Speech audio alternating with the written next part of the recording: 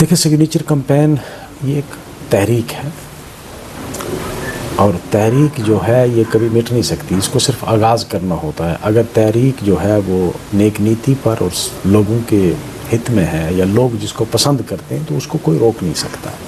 ये एक तहरीक है, मैंने स्टार्ट कर दिया, ये खुद ब खुद चलेगी। मुझे नहीं लगता है कि जम्मू कश्मीर में कोई एक भी शहरी ऐसा होगा जो ये कह सकता है कि मुझे रियासत की ज़रूरत नहीं है। बिल्कुल। आदाब नाजरीन, आप देख रहे हैं जेके आवाज़ न्यूज़। पर्सनैलिटी देखकर आपको पता चल गया होगा कि मेरे साथ कौन बैठे हुए हैं इस वक्त। आपका जज एमएलए थन्ना मंडी एडवोकेट मुजफ्फर इकबाल खान साहब मेरे साथ हैं। ज़्यादा लंबी बात नहीं करेंगे, तकरीबन 2 या 3 इश्यूज़ पर ही डिस्कस करेंगे ताकि आप लोगों तक बात पहुंच सके। सर, सबसे पहले आपका जो है वो खैर मकदम है। शुक्रिया सर। इस वक्त बजट सेशन चल रहे हैं, ख़ासतौर पर हम पहले मरकज़ की बात करते हैं। मरकज़ में बजट सेशन चल रहा है और जम्मू कश्मीर के हवाले से जम्मू कश्मीर के लिए 41,000 करोड़ रुपये का जो है उन्होंने जो सालाना बजट तैयार किया है, किस तरह से देखते हैं? क्या इतनी बड़ी जम्मू कश्मीर, अनडेवलप्ड जम्मू कश्मीर और 41,000 करोड़, बड़े बड़े सेक्टर हैं, बड़ी बड़ी रोड्स हैं, क्या समझते हैं कि 41,000 करोड़ हमारे लिए पूरा रहेगा जम्मू कश्मीर के लिए? देखो, कर्टेलमेंट तो हुई है, जो लास्ट ईयर जो बजट एलोकेशन थी उससे कम किया गया, हालांकि बढ़ना चाहिए। रूटीन में ये होता है कि हर साल बजट बढ़ता है, हर रियासत का, हर यूटी का, लेकिन इस बार यहाँ एडवर्स हुआ है कि हमारा बजट कर्टेलमेंट हुई है। अब उसकी क्या वजूहात हैं वो तो मुझे भी नहीं पता, वो तो आप बरसरे इक़्तिदार जो वहाँ तंजीम है, पार्टी है या गवर्नमेंट है, उससे पूछ सकते हैं। लेकिन अगर आप कंपैरिजन करेंगे लास्ट ईयर के बजट से, हमारा बजट इस बार कम। सर, क्योंकि इस वक्त आप असेंबली रुकन हैं, आप देखते किस तरह से हैं इसको? देखिए, बहुत सारी चीज़ें हैं। टेक्निकली बहुत सारी चीज़ें हैं। एक तो चीफ मिनिस्टर साहब ने एक बहुत अच्छा कदम उठाया कि पहले से ही तमाम जम्मू कश्मीर के लेजिस्लेटर से प्रायोरिटीज़ मांग ली कि आप बजट में चाहते क्या हैं। कोई रोड चाहते हैं, स्कूल बिल्डिंग चाहते हैं, हॉस्पिटल बिल्डिंग चाहते हैं, जो भी चाहते हैं आप उसको हमें सबमिट करो जी। ये एक नॉवल आइडिया मैंने देखा है, इससे पहले मैंने कभी नहीं सुना कि बजट से पहले चीफ मिनिस्टर साहब जो हैं, in the capacity of A finance minister, क्योंकि चीफ मिनिस्टर साहब हमारे जो हैं वो फाइनेंस मिनिस्टर भी हैं, उन्हीं के पास। तो फिनांस जब उनके पास था तो उन्होंने तमाम डिस्ट्रिक्ट के लेजिस्लेटर, पूरे जम्मू कश्मीर के जितने 16 कितने डिस्ट्रिक्ट हैं इस वक्त? 20 डिस्ट्रिक्ट। 20 के 20 डिस्ट्रिक्ट्स जो थे उनको, उनके लेजिस्लेटर्स को अलग अलग बुला के उनसे डिस्कशन की है कि प्लान बजट में रखना क्या क्या है। तो उससे ये है कि कम से कम लोगों की जो बेसिक रिक्वायरमेंट है वो टॉप प्रायोरिटी पे रहेंगी। अदरवाइज़ होता था कि कभी कभी पैसा उन सेक्टर्स को भी दे दिया जाता था बजट में जिनकी यहाँ कोई रेलिवेंसी नहीं। तो अब कम से कम वो जो पैसा वेस्ट नहीं होगा, पैसा यूटिलाइज होगा। जिस तरह जल शक्ति की जो स्कीम्स हैं कुछ उन पर खर्चा जाएगा, रोड्स हैं, बिल्डिंग्स हैं, ऑफिसेस हैं, तो वो यानी उनका बेस्ट यूज़ किया जाएगा फंड्स का। तो ये एक बहुत अच्छा स्टेप था और it was a new idea कि बजट से पहले लेजिस्लेटर्स से ही पूछ के, क्योंकि लेजिस्लेटर्स को तो पता होता है कि मुझे कहाँ क्या रिक्वायरमेंट है, लोगों कौन से सेक्टर में। अब यहाँ अगर आप कहेंगे कि टूरिज़्म सेक्टर में पैसा रजौरी पुंछ में कोई दे देगा तो किस लिए देगा? यहाँ तो टूरिज़्म का कोई इंफ्रास्ट्रक्चर है नहीं, जो है वो भी ख़राब हो गया है, तो वो पैसा वेस्ट जाता है। हार्टिकल्चर का मैक्सिमम पैसा यहाँ जो है वो उतना काम नहीं आता है। इस तरह कश्मीर में ये चीज़ें ज़्यादा ज़रूरत है, कश्मीर वाला जो है वो हार्टिकल्चर के लिए ज़्यादा रखेगा पैसा, वो टूरिज़्म के लिए रखेगा, डेवलपमेंट के लिए। लेकिन हमारे वहाँ वो भी है नहीं, इंफ्रास्ट्रक्चर ही नहीं है, बेसिक इंफ्रास्ट्रक्चर ही नहीं है। तो टूरिस्ट भी हमारे एरिया में तो है नहीं कोई भी, तो हमारा वेस्ट होता था पैसा। तो उसको अब ये है कि आप पैसा जिस तरह एमएलए चाहेगा उस तरह वो खर्चेगा। सर, अब आपने लोकल बजट की बात की है तो 6 साल कबल 2018 की बात करें तो 18 में स्टेट का बजट सेशन आखिरी बार हुआ था। आज 6 साल के बाद 2025 में यूटी के अंदर पहला बजट सेशन है, किस तरह से देखते हैं इस सफ़र को? ये सफ़र कोई अच्छा शुगुन तो नहीं है। बिल्कुल, रियासत कुछ भी हो, रियासत एक आइडेंटिटी है, एक पहचान है, हमारी इज़्ज़त है, आबरू है। यूनियन टेरिटरी में आपकी इंडिविजुअल आइडेंटिटी कोई नहीं, पहली बात तो ये है। किसी भी, एक मेरी नहीं, कुछ लोग बहुत सारे जो एक पर्टिकुलर तंजीम के साथ जुड़े हुए वो कहते हैं कि भाई स्टेट नहीं चाहिए। अरे भाई, इतना भी किसी का पार्टी का गुलाम मत बन जाओ कि तुम अपनी ही शान के ख़िलाफ़ अपनी शनाख्त को ही ख़त्म करना चाहते हो। खैर, वो जाने, उनका काम जाने। दूसरी बात ये है कि बहुत सारी चीज़ें हैं जिसमें असेंबली को इख्तियार नहीं, कंट्रोल यूनियन गवर्नमेंट का थ्रू लेफ्टिनेंट गवर्नर है। और जब आप स्टेट हैं तो स्टेट में असेंबली को इख्तियार हैं बहुत सारे। हाँ, किसी भी तरह का बिल, और कोई भी मनी बिल जो है without the assent of the lieutenant governor introduce ही नहीं हो सकता। और बहुत सारे बिल्स हैं जिनमें आप इंडिपेंडेंटली वो असेंबली में इंट्रोड्यूस ही नहीं कर सकते।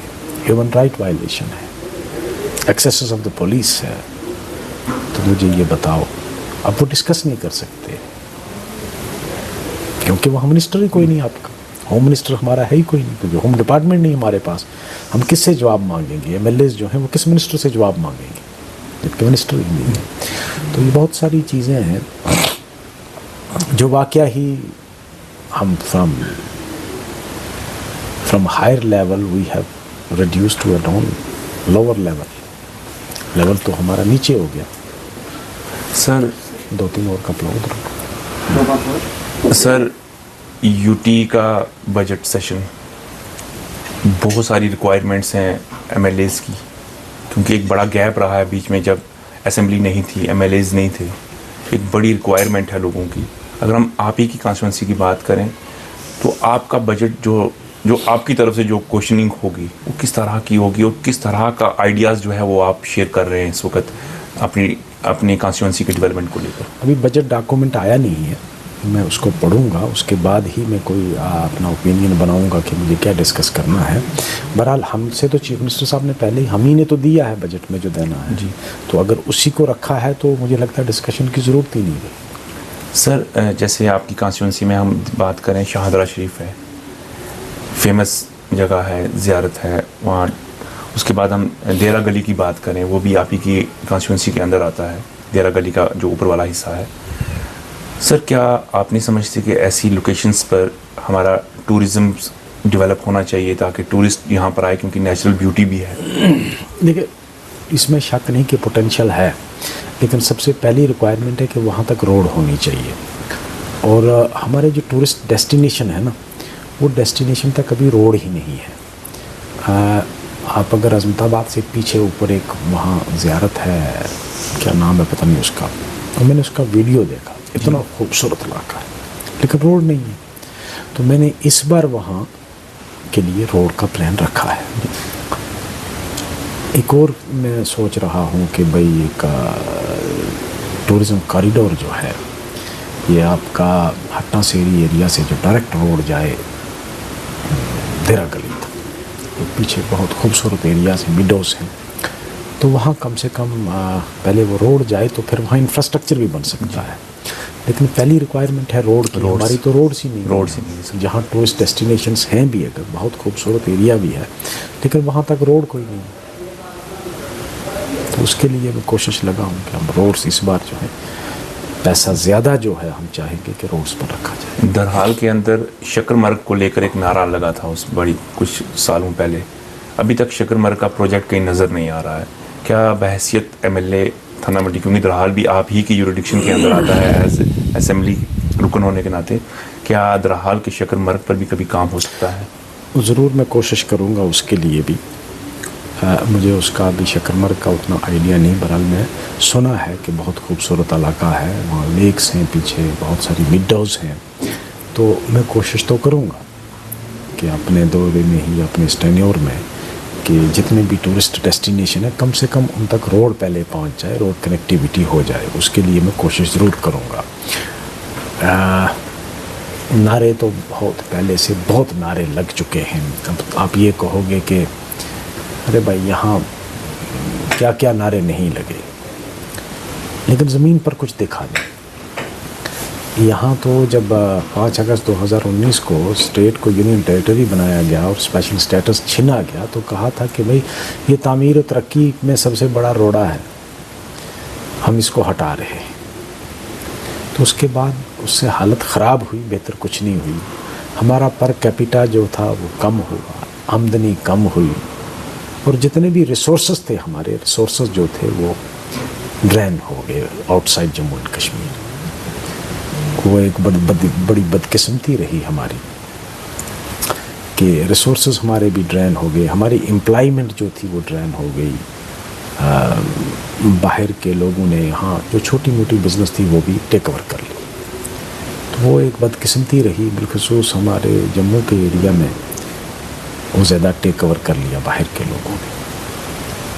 और उसका सबसे पहला जो वारंट था, वो वारंट जो था वो जम्मू वालों ने बर्दाश्त की। तो बाकी नारे तो बहुत लगे। आप कहते हो एक टूरिस्ट डेस्टिनेशन का, यहाँ और बहुत सारे नारे दिए थे, लेकिन ग्राउंड पे कुछ नहीं हुआ। सर, नए एडमिनिस्ट्रेटिव यूनिट्स की अगर हम बात करें, आप ही की नेशनल कॉन्फ्रेंस की गवर्नमेंट के टाइम अनाउंस हुए थे, कुछ खुल गए थे और कुछ जो है खुल नहीं पाए, और इलेक्शन अनाउंस हो गए थे और बाद में वो नए एडमिनिस्ट्रेटिव यूनिट खुल भी नहीं पाए। अगर हम आप ही के मंजाकोट की बात करें तो वहाँ SDM के हवाले से बात हुई थी उस वक्त, लेकिन SDM नहीं बैठ पाया। आपके डिग्री कॉलेज की बात करें, लेकिन डिग्री कॉलेज नहीं हो पाया। गमीर मुगला के लिए मेरे ख्याल से BDOs के लिए हुआ था कि वहाँ ब्लॉक दी जाएगी, वो भी ऐसा कुछ नहीं हुआ। तो सर, क्या इन चीज़ों पे भी काम होगा आने वाले दिनों में? देखिए उमर जी, ये सब शोशे थे। डिग्री कॉलेज में पिछले दिन ऑनरेबल चीफ मिनिस्टर साहब से मिला था, मैंने एक चिट्ठी लिखी उनको कि भाई हमें वहाँ डिग्री कॉलेज दिया जाए। एक यहाँ शोशे छोड़ते रहते थे लोग, पॉलिटिकल लोग जो थे।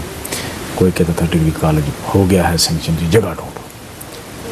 तो कहीं डिग्री कॉलेज का नामो निशान भी नहीं, और हम जगह ढूंढते रहे पिछले 5 सालों से मंजाकोट में, कभी एक जगह कभी दूसरी जगह, और लड़ाइयाँ भी लगवा ली।